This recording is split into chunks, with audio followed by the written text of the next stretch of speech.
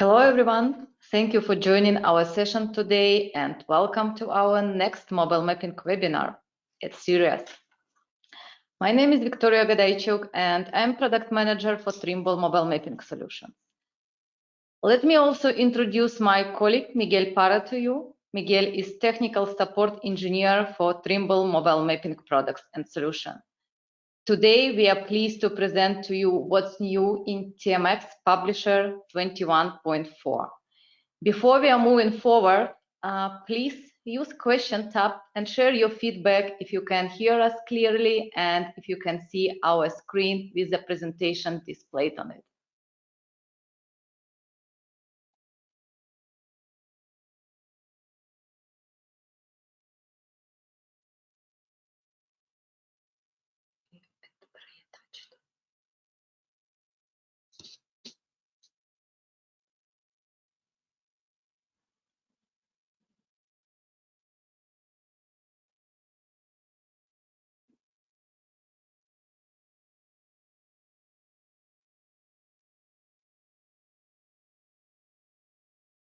Okay, it looks like you can hear us and the screen is also displayed. Thank you for the feedback. And with that, let us move forward and introduce to you our agenda for today's session. And today we'll be talking about all components that are included in TMX Publisher solution. We will talk about new import and upload tool that is replacing current catalog or obsolete catalog. We will be talking about TMX Publisher Controller, which is the tool for publisher administrator. And we will cover all what's new features and enhancements in Publisher Viewer as well. At the end of our session, we plan to reserve some 15 minutes to answer your questions. We hope to receive them. And with that, we will get it started. And first tool I would like, or first part of Publisher, we would like to introduce to you is new, and we call it TMX Import and Upload tool. It's replacing obsolete catalog, as I just mentioned, and I would like to introduce the benefits of this tool to you. This is now standalone applications, and some of you probably know that resources that are prepared for publications are not necessarily prepared by publication and administrator. And with the standalone tool, it can be used outside of publisher installation, not necessarily on a server or the place data is stored. So any co-worker from your organization can prepare resources to be published and shared across or outside of organization. New tool is requiring activation key to be run. And all publisher users will be receiving this key in a package with publisher. Customers who can update their publisher to version 21.4 today and have valid maintenance contract received activation key for import and upload tool already. If you didn't hear back from us, but your maintenance contract is valid, please let us know and we will follow up on the request accordingly. Another big benefit of the new tool is that it doesn't consume login in use from publisher because there is no client-server connection required anymore. Having said that, I would like to mention that the tool itself will look very familiar to you. So you will probably not see new features and tools, and it's coming from the catalog mainly. So with the import and upload tool, publisher user can prepare geospatial data for publication: point cloud, imagery, raster, models, vector data, meshes. It uses catalog extension for data management and overview to make it fully in hands of the publisher administrator. On the tools and extension, nothing new you see on this slide. You still can import and open and edit mobile mapping run. Also, we have redesigned the catalog extension a bit, making it simpler and more intuitive to be used. toolbar now has been simplified and only the most usable options remain in that for resources optimization or conversion to TMX native format to be used by HTML5 viewer. With that, let me hand over to my colleague Miguel to show in a real-time import and upload tool and its extensions. Thank you, Victoria, and hello everyone from my side. Welcome to this new episode of the webinar Mobile Mapping series. Before moving on with the hands-on, I would like to briefly remind us how the TMX publisher works, so we could understand the role that this new import tool plays in our technical schema. So here in my screen, I try to exemplify how the installation works for you in each of your organization.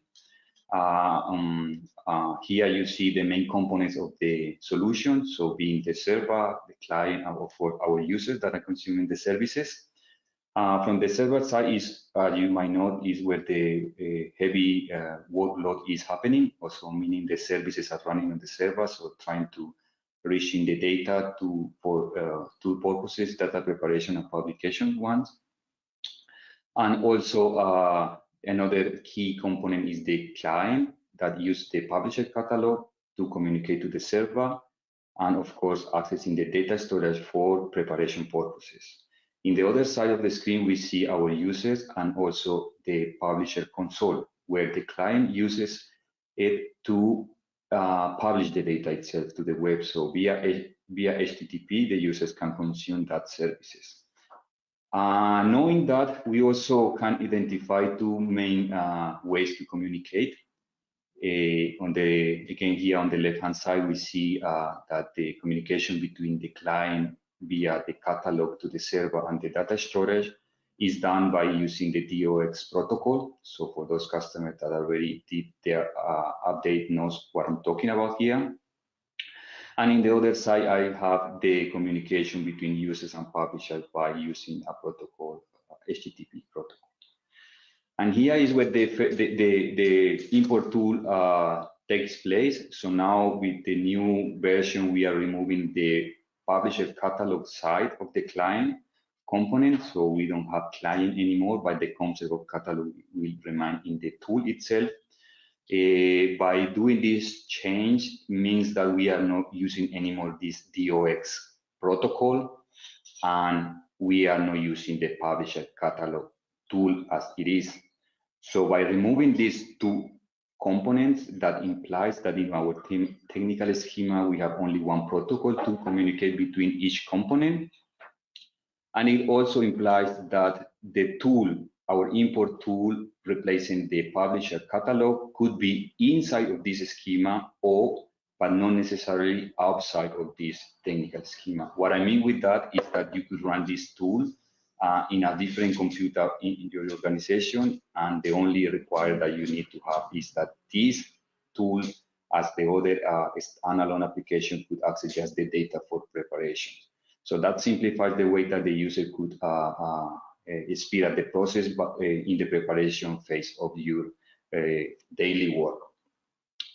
Knowing this big difference or these changes in the installation, let me bring up into the screen the tool itself so we can get familiar with the tool. Sorry, let me bring it to the correct screen. I hope you can now see it. And here you see a normal graphic user interface for a standalone application. And of course, first thing that you need to do it or to open that tool, it will be from our main, as we normally open any application from Windows. But more important is that you need to do an activation at the first by using the license manager. So as Victoria said, by now you should have got a separate license to be activated for that product. The next step that you may need to do it maybe is to check the catalog information. So in our previous published catalog, we have all the data, mobile mapping resources, and reference resources added here in this catalog. And of course, with this activation or with this new installation, this catalog information is empty. Here, I would like to highlight two ways that you could update your catalog. One of them is in the scenario that the customer has a central storage. So if you picture again my technical schema, we can have the data storage in only one place. So here, for example, that will be the scenario for me where I can quickly update my catalog just by pointing to the location where all my data is located. So in the case of my installation, I have this folder called runs, where a couple of runs have been added for the purpose of the exercise. So by hitting the button add runs, I will be updating my runs. Obviously, for your organization where you already have tons of runs there, this process will take a while, but you, at the end of the day, you will have the tab updated. Another thing that you could do it in case that you don't have this schema where the data is allocated in a central storage, you might be able to replicate what the information that you have in the server itself. So for that, you could move to the program folder of the server installation that I'm showing now on my screen. And in the services folder, you could update two folders. One being the catalog extension regarding the mobile mapping tab, where you will find a runs folder having one folder for each run. This folder, you will find in the corresponding folder for the import tool in your standalone application. So you might be updating by copying and paste that information. Additional to that, you need to update the mobile mapping extension itself. Again, here for the runs, remember that we are not working anymore with projects, but with runs. And with runs, we have each file for each runs that you have in your previous installations. So by those two methods, either or, you could update your catalog. And coming back to the catalog tab itself, we see that basic information have been kept in that tab, meaning that the important information or the minimum meaningful information for the administrator is being displayed here in terms of readiness of the data. So we can just check the data and validate if the data is available to be published in the 3D viewer. Just to highlight here, some renaming of the tools. So we now call it review image and review data for 3D view purposes.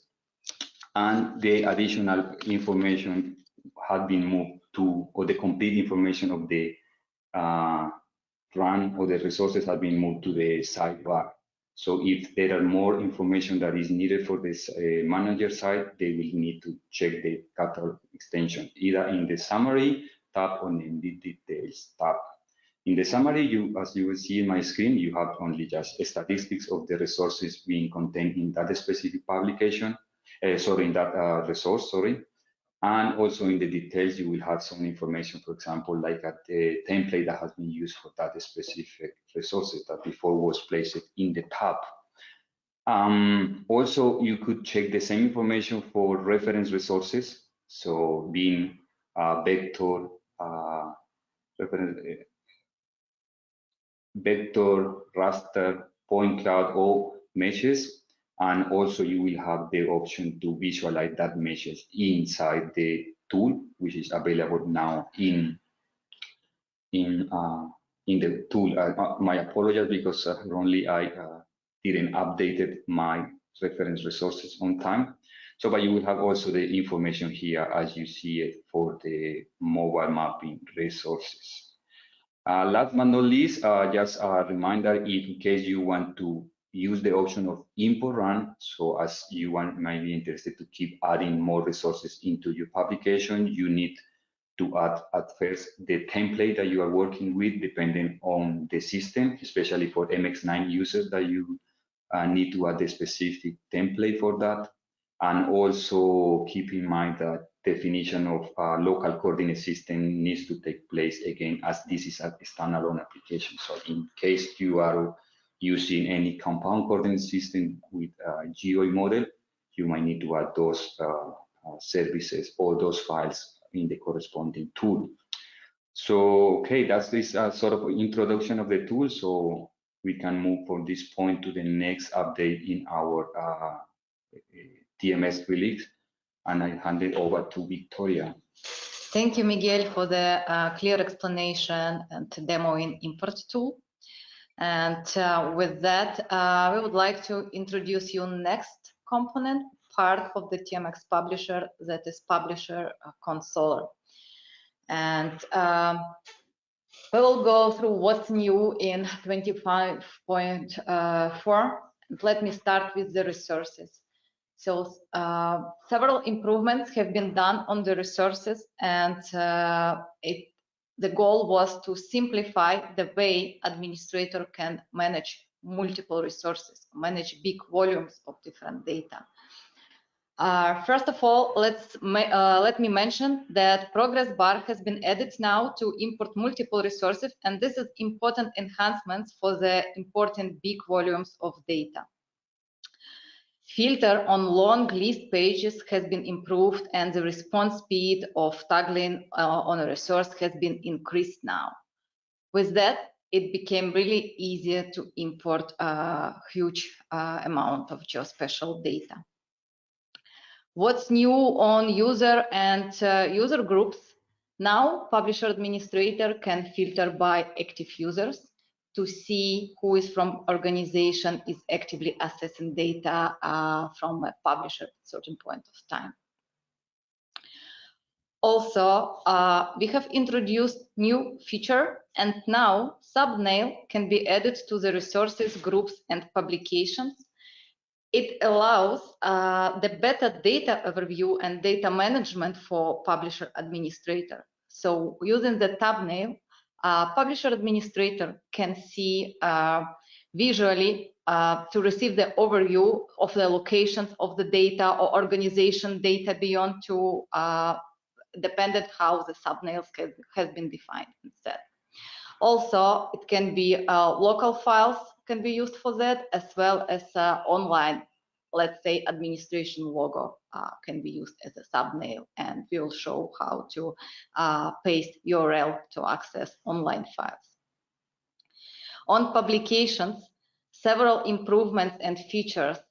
Very important one we were asked for is the status and usage of publication. Status with the marks and color marks, actually for administrators, it's possible to see if publication is available or not available to be shared via web. And on the usage, very important and handy feature. Now, the date and time are displayed in one column used by name, users, or guests. And just a reminder that what I mean with the named and guest is if a user doesn't require to have a login to publication, they're treated as a guest. So more control on data that is used and shared via web. The next feature I would like to describe to you is the reserve concurrent users for the publication.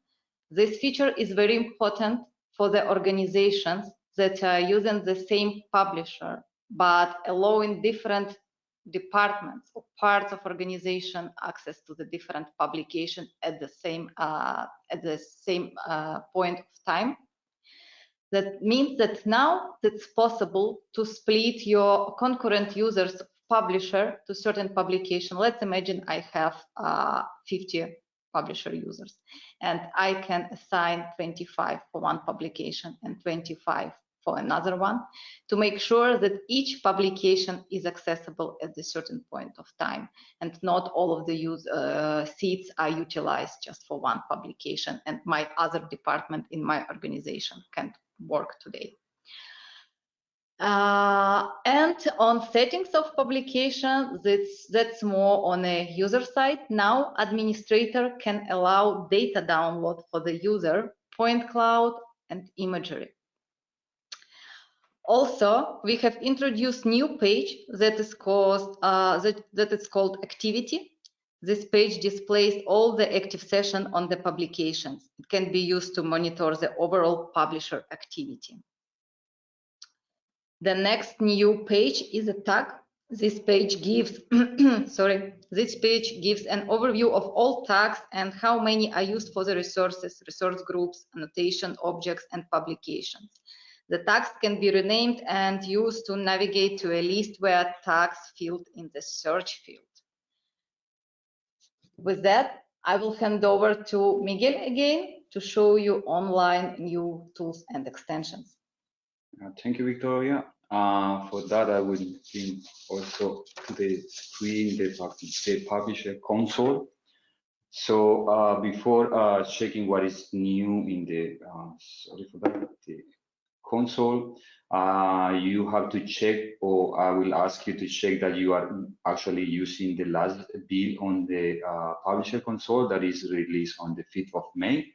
So that was the one that I'm focusing in today's presentation. Once I log into the to the console, we can see two of the new features that Victoria mentioned. One is the way that we could summarize or control the data that we have loaded or imported into our TMX publisher console. And one is these summarized items for all the resources. So here I can check resources or all objects inside my console, being also the resource group, annotation, users, and users groups. Simple example how you can use this one is by controlling the way you could establish the users group and how you share the data access, or you could give data access in the publication. So in that regard, I can, for example, check if indeed my user group, I define it with the right members for that purpose. And in this example, I'm just taking my support team inside Trimble, and I can use the option to active users or active objects for that specific resource or that specific object. So meaning that I can quickly summarize how many objects I have here, in this case, how many users for that group. And I can also control or edit if that user indeed had access to belong to that group. So here I can toggle all on off in case it's needed. And also I can use the keywords to filter options in the search box, so I can complement if it's needed our users groups. Here, for example, for you that you have hundreds of users for each group, it might be useful to toggle on, off all at once, or by simple user. If it's a specific user needs to be added, you can do it so. And at the end, the administrator might can control if the total amount of items is the one that actually has to be. Yeah, so I think this is a good, very handy information that the administrator can use in any of the phases of the preparation in the console. Let me go back again to the resource to come back to another of the new things that we have, that is the thumbnail. But more than the thumbnail, we have exposed already more metadata for the administrator, knowing that probably the administrator was not the person in charge of the data preparation in our import tool, right? So that information will be useful for them in terms of the publication purpose. One of them that I find very useful is to know the type of the resource that we are dealing with, also the coordinate system that we are having in that specific resource. And last but not least, in these resources, we could add an overview of the data, so we can quickly see if indeed this is the data that we are going, but adding a quick thumbnail for that. So as Victoria mentioned, we could use online link to load this, but I find more useful to use the offline thumbnail to precisely define the type of resources that we are looking into it.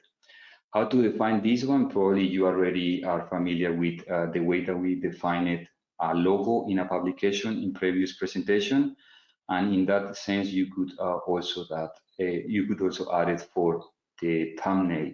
So if you are going to the installation folder of the server component, you need to go to the www root folder inside the program one, and inside that you will find, if you have decided created already, the logo folder and additional folder for the thumbnail purposes. So here is nothing but the screenshots or the overview of the resources that you want to add it. And adding those image resources, you could define the offline hyperlink by keeping this structure. So here localhost means the name of our server, using then the port to access that service. That in my case, I'm using the default port. And probably in your installation, you might be using different number here. So keeping that in mind. And then you will have the structure of the folder that you created and the name and extension of the folder that you are using. Sorry, the file that you are using for the terminal purposes. Moving to another feature new in this release is the status. So this status is already available for the resources, but now in the new release, you will have this status also visible in the publication, meaning that if any of the resources inside that specific publication is not available, keep in mind that the data should be already prepared in the import tool, but here, for any reason, could be not ready or is being removed from the initial location. Let's say that is common to happen in our daily work with the TMX publisher. So for example, if I check the resources here for that publication, I can see that one of my mapping resources is not available or is not ready. I can check, or one of the things that the administrator or GIS manager could do it is first check if the location of that specific resource is working.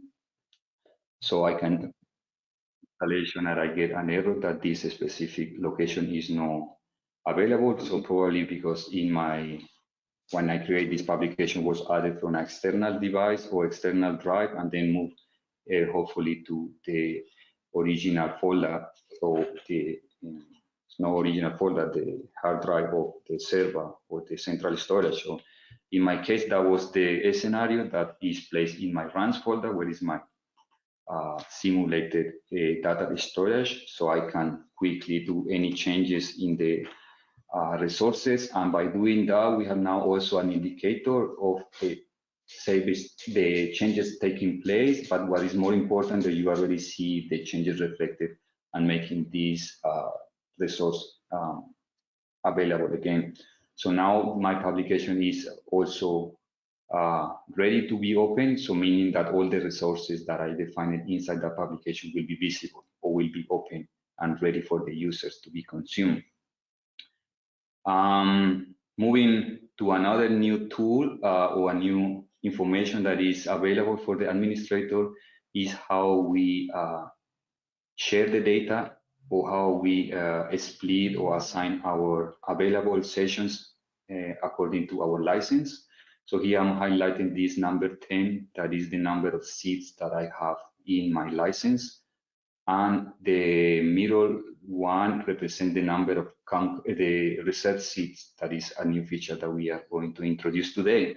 So these new seats allow us for guarantee that you could access any particular publication in any time, regardless of the number of seats.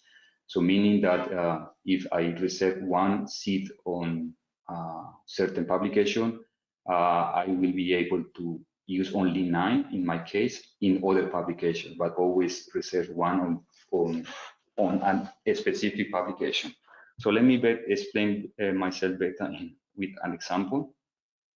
So I will take my first publication to do that, and using the share option, I will add the concurrent seats. So in that case, knowing that I have 9 seats, I can, let's say, theoretically reserve 9 users or 9 seats. It could be concurrent or not. So if it's concurrent, you will need to change it here. And then coming back to my usage tab, I will need to check the current sessions available in any moment of my publication sessions. The available sessions in any moment. So for example, if I access our Vivera or another publication, I will consume additional seats. So for example, let me use my logins options to consume that seat. And yeah, wrong tab. And here I can refresh quickly to see that is one seat consumed.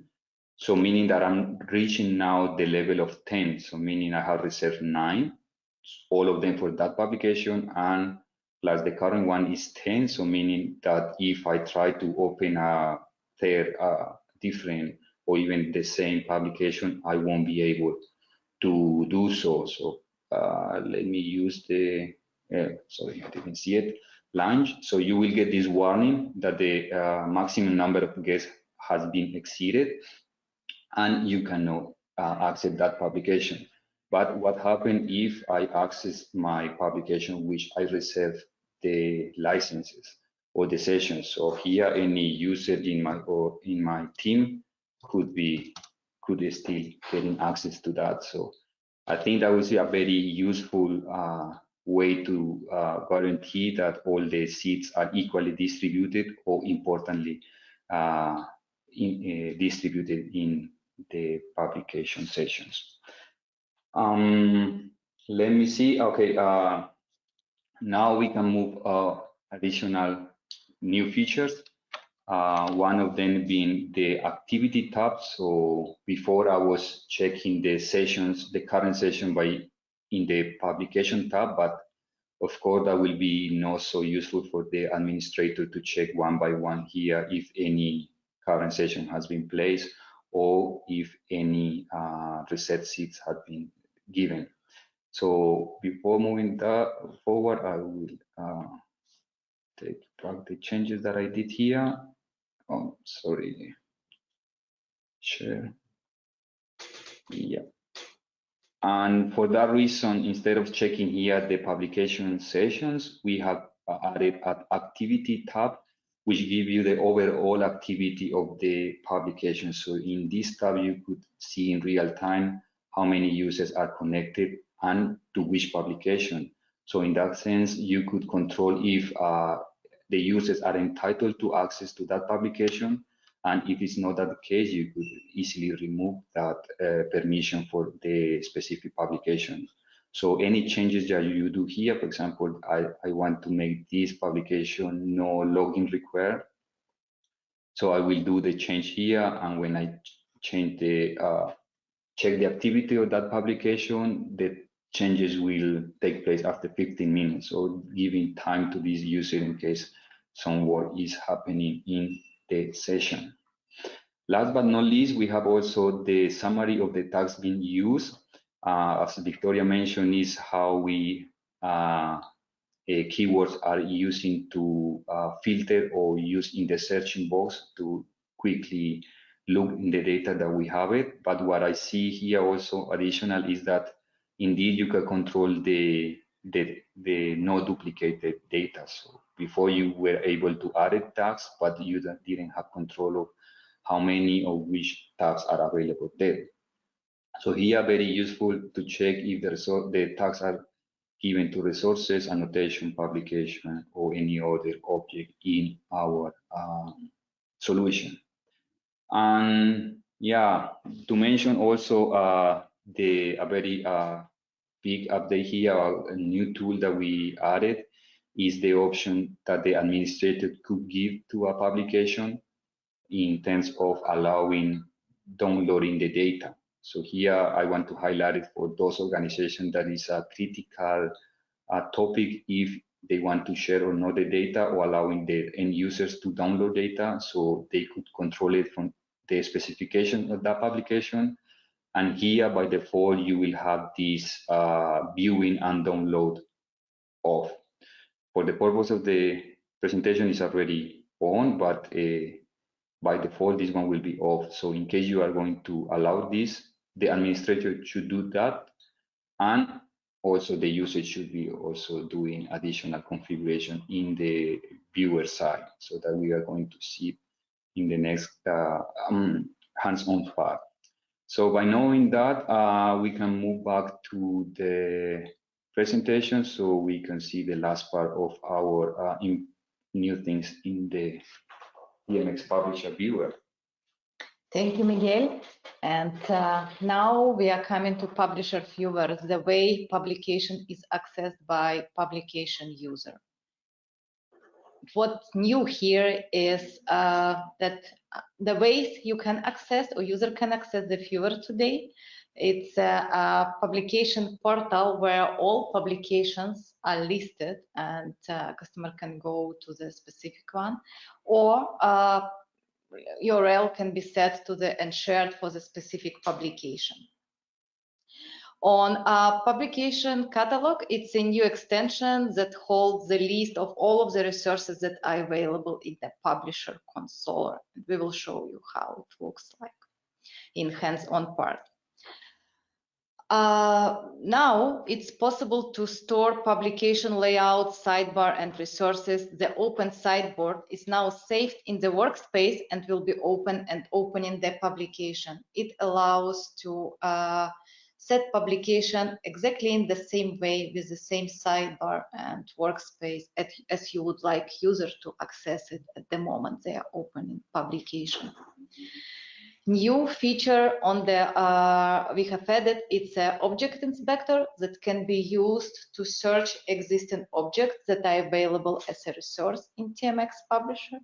That would be a handy tool for companies that are doing monitoring and needs check some available and extracted features in the reality of mobile mapping data.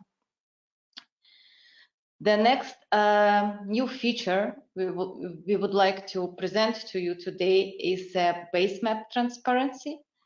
That handy feature has been implemented to simplify working with the multiple raster resources that are used as base maps.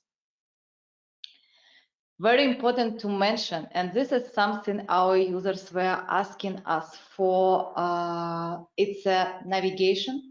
You know, navigation is very important for mobile mapping data, and for people who are familiar with, it's very important to move through images and point cloud in efficient way with a little number of clicks as fast as possible, and don't lose the details of your data while you are navigating. And what we have changed here and implemented, that now using the playthrough option with the images, user can set the image resolution that will be shown once playing through images.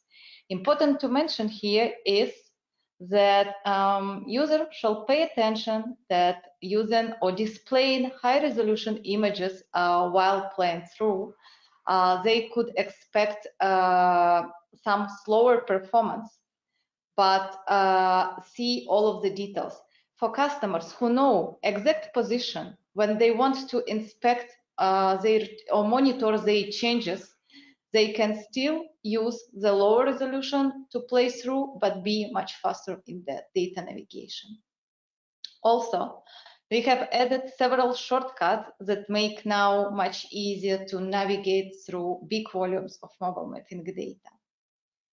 Nice feature I'm really pleased to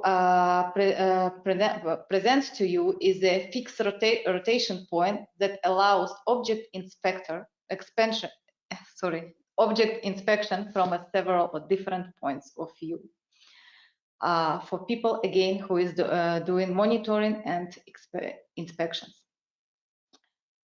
Also, we will show you how to download point cloud and images on the user side if permission has been set accordingly by publisher administrator. With that, I will hand over to Miguel for the hands-on part. Thank you, Victoria. For the things that are new in the viewer, I would like to start or to remind you how to access the viewer. So you have two options, like Victoria mentioned, and one nice thing to see all the publications that you have access to will be by using the viewer option. In this one, you will see the list of all the publications that require login. So meaning that you need to log in and you have access to that publication. Another way to access publication is by a specific URL for each publication, and that will be working for publication shared by user or publicly accessed. So in that way, you could use, for example, accessing the new publication catalog that I will call it, and this one will be the structure how you access a specific publication without any access. So what I meaning with the publisher catalog is an overview of the publication that you have available in your organization. So meaning that you could easily from this map accessing any data that you already published. So I find this one very useful. So you could have an overview of all the data placed in one page. So you could access it in just with one click. How you could do that? So to do that is somehow, but today is somehow done manually. So let me get into the admin mode or the edit mode, so I can show you how to create that one. So first thing that you can see here is that that publication is created with no resources, no mapping resources, base map, vector resources, or raster resources, but a base map. Additional to that, some changes have been implemented to make that possible. So before we have done or included the annotations, so we could create annotations, download annotations, and share annotations with our colleagues.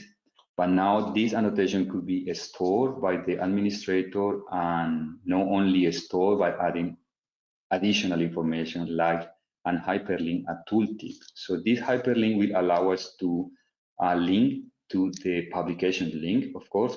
So meaning that when I'm over to the pin here in my map, I can access it directly to that publication. So coming back to the way that we look to the publication is how the customer or the end user should see the available data. And from here, I just can access it, any publication, which I found very handy and nicer way to access our data, and also to summarize the data that you have it. Another important feature that Victoria mentioned, and I think is some of the users that work with multiple base maps are waiting for, is the way that we work with the background map in our publications. So before we were working with multiple base maps, but somehow we have dealing with the problem of the transparent color to overlay properly resource on top of another one. So for that, we have included two additional parameters of our web map service. Here in my screen now, I'm displaying the way that we define our web map service through the OTM file. And the first lines, the six lines, are the ones that are currently applied, and the last two are just the comments that I'm going to talk about a little bit more. And yeah, here you probably are already familiar how to define the OTM file depending on the format of the service that you are working. But what is more important is that you could now define the use of transparent color by setting this one true. So I will remove my comment to take place that this parameter is taken also into account, and also to define the transparent color for that resource. So here we just edit or save the definition of the OTM file, and the administrator should use the console to reload that specific resource, searching for that specific resource, reload it, and once the user refresh that publication, the changes are taken into account. So now you could really see benefits of that feature. So you could use multiple base maps. Let me now go back to my catalog publication, moving a little bit closer to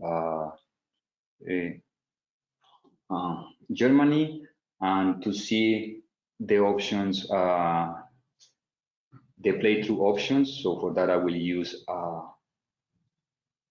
publication made in Italy. And in this one, I want to show you how to set the playthrough option. So by now, the user is able via the settings view to add not only the speed, but also the quality of the image. So now we have added medium, low, and high. So before we have only low, so medium and high is being added. And now let me maybe split my screen to show you the comparison, how you could utilize the highest resolution and how you could working on that. So on the left-hand side, you will see the low resolution while playing through. So now that is set down, it's set, I can play through. So here you will see that as the previous version was, higher speed while navigating through the data, but also lowest resolution in the details that you see in the image.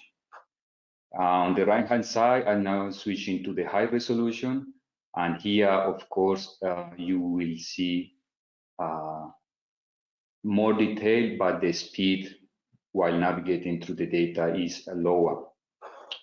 Two different scenarios, two different applications. Of course, if you need more detail while playing through the data and that you don't need to stop to see details you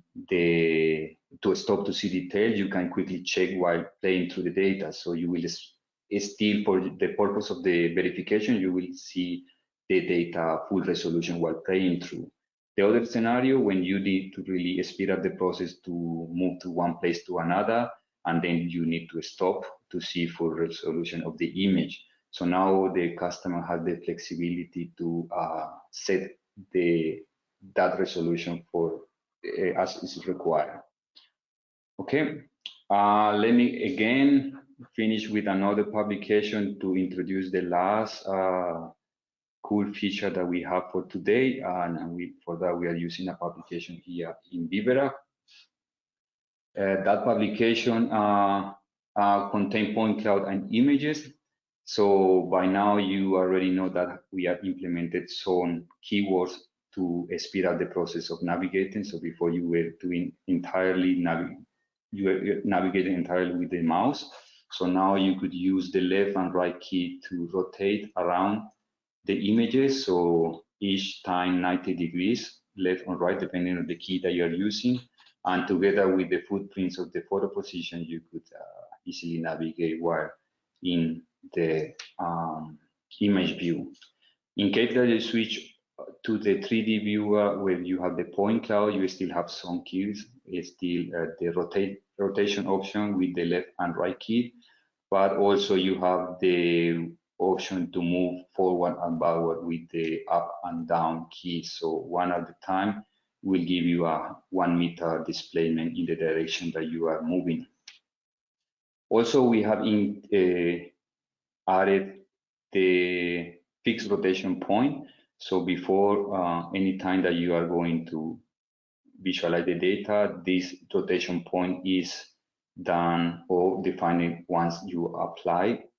So you click on the screen. So anytime is different point, but if you are interested, for example, to check a specific location and turn around on that specific point, you could fix that point by doing double click and you will see this crossing mark in that point. So now if I rotate it, regardless of the click that I did with the mouse, I can pan around the specific tool that I can or that I'm interested to. Yeah, by fixing my location or rotating or navigating to a specific location, I can now, for example, let's see, download the data. So now that I'm here in my 3D map, in the 3D view, I can download the point cloud. If I'm in the image view, I will be downloading the image. But for that, I need to also first that my administrator allow that. And also from my view, if it's not set up already, I can do it from the view settings still and using the add download to the viewer action menu. So then the action menu will allow you to download all the visible point cloud in your viewer. So here I also would like to highlight what it means. It means that all the visible data that is in that publication, not knowing what the extension of that publication is, it will be downloaded. So for that, you maybe, if you are interested only in this section of the data, you could control it by the symbology or the representation of that specific resource, specifically for the point cloud. So you could controlled by the view depth. So if your view depth is very high or to infinite, you will be ended up with a huge amount of data. But if you could control it here by a certain amount of distance, or let's play it, for example, with 100 or with 100. And then you will be downloading this in a TF and ASCII format. I just give it some time and let me download it in this specific folder, and let me just to show you the structure of that file. I will save it in TXT file, and this TXT file, let me bring it to my main screen so you can see it. So you will have it, of course, the X, Y, and Z information, taking also into account the coordinate system that this point cloud has, and having also RGB information and, of course, the intensity values.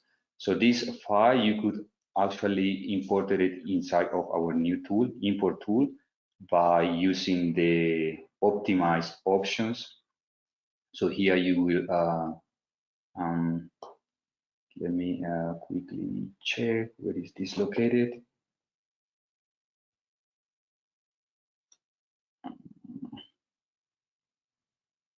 In the viewer.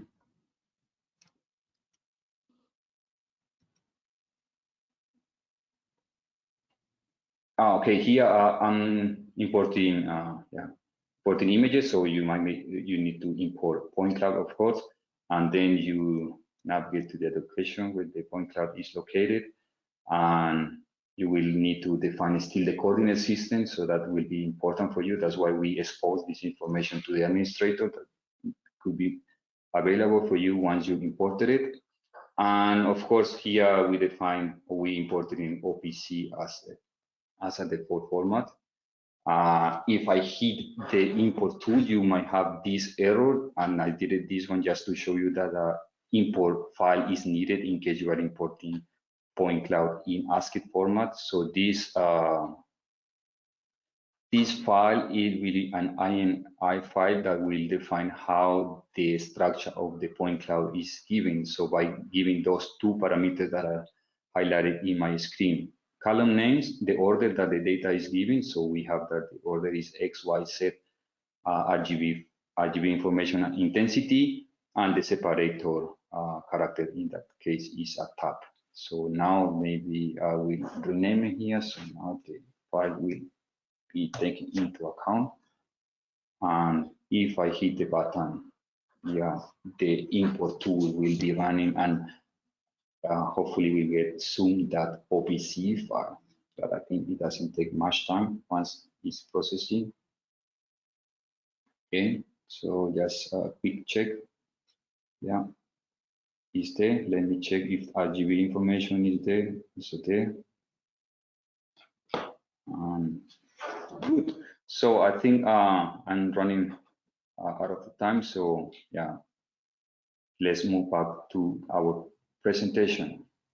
And here, just to mention a couple of additional information. So please, in case you still have some questions, use the chat box to send it us that request. And meanwhile, we are getting more questions. I will just go briefly to some important information for you, like please also keep checking the knowledge base of our mobile mapping team. We are updating almost daily with new solution for you, so you could speed up and don't wait much time for getting the data processed in any of the products that you are using. Also, to keep update with our new releases and new information and new material, you could subscribe to the YouTube channel. So a lot of information in the Trimble mobile mapping channel. And of course, if in case you are missing any of our webinars or you want to subscribe for the upcoming ones, please check the URL display here to do so. And last but not least, I want to remind you to always contact our team via the imaging support email. So in that way, we could centralize the way that we communicate with you, and obviously guarantee that you get the better support for each case that you have with us. And in that way, any delay is avoided in our response. And for that also, please use any keyword in the subject of your email that you send us, meaning preferably any of the products that you are referring to or the problem that you have with. And also, two nice things to announce is the releases of new software. So we have released a new version of TVC digs, last week. Nice to know that we have the option to export now X7 data to TMX, so we could use it actually in Publisher. And some enhancements here for the point cloud registration regarding the target picker. And also by now we have already 1 month with the new release of Postpack. So in case you haven't done it, please check the Applanix website to download it, especially for users with AP20 navigation systems. And with that, I will thank you. And maybe we still have some time to answer some questions. So I will ask Victoria for your help to see if we get any question. Yep. Thank you, Miguel. And let's see indeed if questions are coming. Yeah, there is a couple of questions. And first question is that user is interested, is there any limit for the resource size that can be imported and used in Publisher? I think regarding the mobile mapping resources, there are no limitation. I think there are some recommendations in our best practice, just in the way that you load the data. So for example, you could group it, or using Content Manager to distribute it in the better way is recommended. So you could not affect the performance of the software, but there is no indeed any limitation in data size or volume. Thank you, Miguel. And then the next question is, can my colleague prepare resources to be published in TMX Asset Modeler, or this is mandatory to use import tool to prepare data for Publisher? I think actually that's a common scenario that most of you have multiple standalone applications, so you could indeed use Asset Modeler to prepare the data. So yeah, there is no difference between the import tool and the other asset model or the other standalone applications. So the answer is yes, of course. And one more we just received is if I can combine data from the different device with MX9 data. My case is X7 data with MX9 in publication. Yeah, so I think the restriction was not regarding Publisher. So because as I mentioned in the first question, there is no limit in the resources, so you could add any sort of data in the publication. The missing part was the processing of the data, but now with the new TVC, this process could be done. So you could export data from TVC to TMX, and you could go to the normal data preparation as an MX9 or MX7, and then you could indeed upload it and share it together with another resources, even mobile mapping resources from different systems. Thank you very much, Miguel. And thanks everyone for joining us today. Please stay tuned and hope to see you at our next webinar that will be announced. Thank you. Okay, I think we are on time, so we could close the session for today. Thanks from my side again, and keep safe, and see you in the next webinar. Bye. Bye.